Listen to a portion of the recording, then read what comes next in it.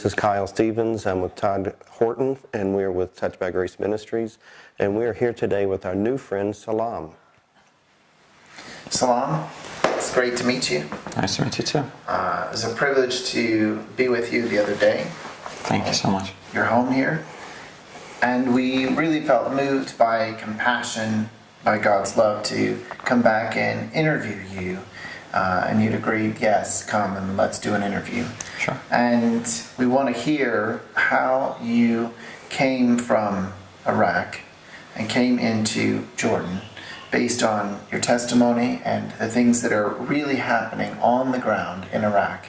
You know, sometimes media and news sources, they don't always give the full picture, or because of how fast the news stream moves, it moves from Iraq to Syria and then moves on to something else because it's so quick and it's moving so fast. But things still are happening in Iraq. Right. Or they will continue to happen in Syria when the next sensational thing comes along. And things aren't all better. I think sometimes when we watch these interviews that happen on CNN or ABC or NBC, that once it's not on the TV anymore, it must have all been better because they say the war stopped. So I want you to share what you shared with us the other day. Share a little bit about your life and how you were persecuted there and how you've come out of there, how you had to flee to come out of there. And just share your heart with the viewers that are watching this. Sure. So let me first introduce myself. My name is Salam. I'm originally from Nineveh Plain, the biggest Christian town in whole Iraq. It's called Karakosh. And I was raised there, and after 2003 everything started to change when the persecution started against the Christians.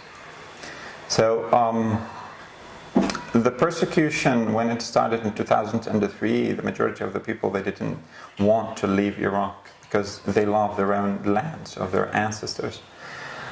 But when persecution became like bigger and bigger and we couldn't handle it, especially in 2007, 2010, 2018, 2011, and we couldn't stand the situation, so we decided to leave. Now, for me, in 2005, I had to go to college in the Mosul University, which is located inside Mosul city, which was truly very dangerous for us as Christians to go to Mosul because it was seized by lots of extremists and jihadists who they think that Christians are infidels and they must be either one of two. They must be converted to Islam or they must be driven out of the city. So it was very dangerous for me as a student to go every day, especially I'm their only child. So I imagine my mom when she was waiting for me every day to get back home. Every day car bombs, explosions, assassinations, and lots of terrible things that maybe we don't have the time to speak about everything that happened. In 2007, and during the final examination, terrorist gang came and they abducted one of our buses. Now, to give you the background, now the church in Karakosh, they prepared 18 buses to transport the Christian students every day to Mosul University because it will be like some kind of assistance or help because it becomes cheaper for them to pay. So what happened, it was they abducted that bus and they kidnapped 7 of our students and they blackmailed them and pressed on the church in order to pay the ransom. So they set them free. And after lots of negotiations and lots of my friends, they were abducted that day. And it was very terrible. And even my parents, they prevented me from finishing my final exams. And as a result, I lost that year. So I failed. And in the next year, the church was very afraid to launch the transportation buses again. So next year I didn't go, and I lost another year. And the village your city that we live in, Karakosh, yeah. That is the ancient city of Nineveh, correct? It is on the suburbs of the ancient city because the ancient city it is located inside Mosul. Correct. Yeah. And this destabilization was taking place after we had had the war with Saddam Hussein, correct? Yeah. And he had come out of power. And inside of that, bringing him down from power, there was a vacuum gap of political control, correct? Sure. And that ended up really pressuring you guys as Christians, more so than when Saddam was in power, correct? Yeah. Tell us a little bit about how the Christians kept getting forced to move into the city that you were in before you had to flee, to come into Jordan, and kind of the activities that were around that, and how you were fearful of what was going on. You mean in 2004 or before that? Any of the years you want to go through Yeah. that bring you up to speed so you come into where you are today. Yeah. So if we speak about the Christians, the Christian population before 2003, they were estimated to be like 1.5 millions. Okay. But after 2014, now they are estimated to be like about 200,000. So you can imagine this huge wave of persecution that occurred to the Christians now from the south to the north. And the Christians who used to work in these liquor shops or restaurants in Basra, Kirkuk, Baghdad, Mosul, they were all driven out from their cities. And they didn't have another place to go but Karakosh, and Karakosh was considered as a safe haven for them to come. So Karakosh absorbed all of this huge wave of displaced people.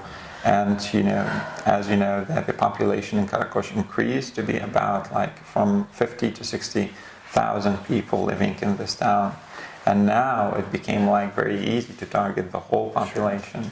And who was doing the driving? Who was driving them out? Lots, if we speak about militias, Okay. militias, who they are sectarian militias, and we speak about jihadists, and always the Christian, they were considered to be like pro-Westerners because we are Christians, and the Western society, the majority of it's Christians, so we are considered to be pro-Westerners, and that gives them until now, they consider us like to be like allies to America and the coalition forces who came and liberate Iraq. So that was another reason that gave them or encouraged them in order to come and persecute the Christians. So everybody's gathered in the In one city place, now. yeah.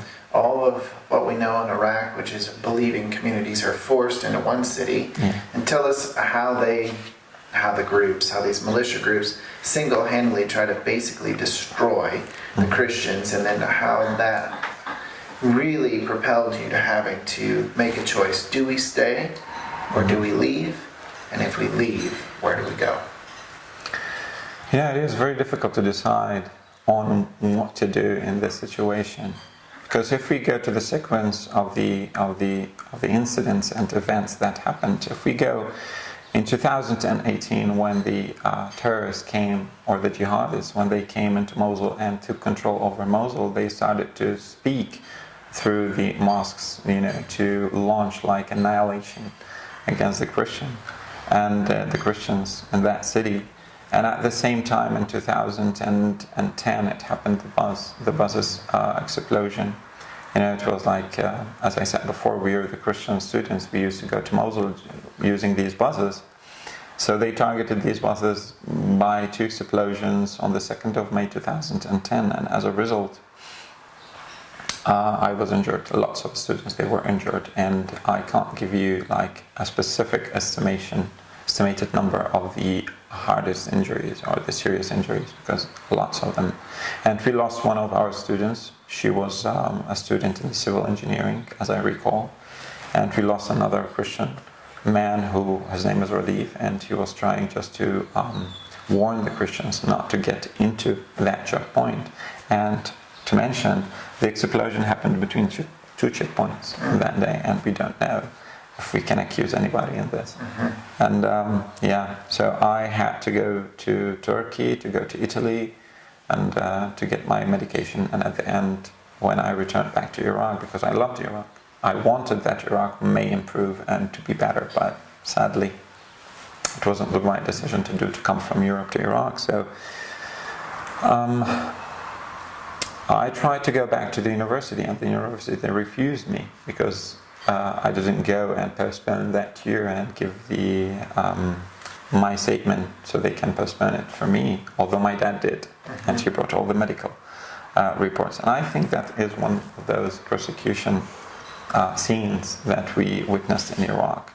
In 2011, lots of people from Kurdistan, they went to Duhok and Duhok province in Zakho, and they burned about 15 liquor shops belonging to Christians, and while they were like shouting Allahu Akbar, Allahu Akbar.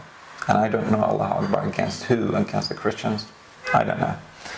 So wherever we go in Iraq, we find this persecution. But the decision to get out, it was very hard to do. Now it needs lots of things. Some people they went illegally to Europe, and they returned in boxes. They were dead, sank in the Mediterranean Sea. So it was very hard, like for a person like me, to bring like two elders with me and on a boat and to go to Europe. So when we lost hope that Iraq is going to improve and to give us our own rights, the majority of the people in Karakosh and other towns, they started to think seriously about immigration until 2014, which was the incident that flipped all the standards upside down, and all the people started to think of immigration.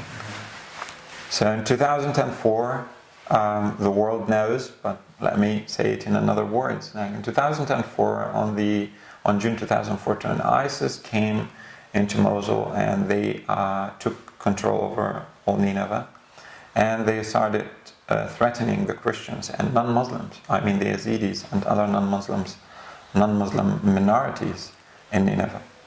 And they gave us only 3 options: convert to Islam, or you must pay jizya, or if you fight us, then we are going to kill you and take your women and all what you have. It will be like our spoils. Correct. Yeah, I mean their spoils. So I'm just like speaking in their tongue. So that must bring you to a great place of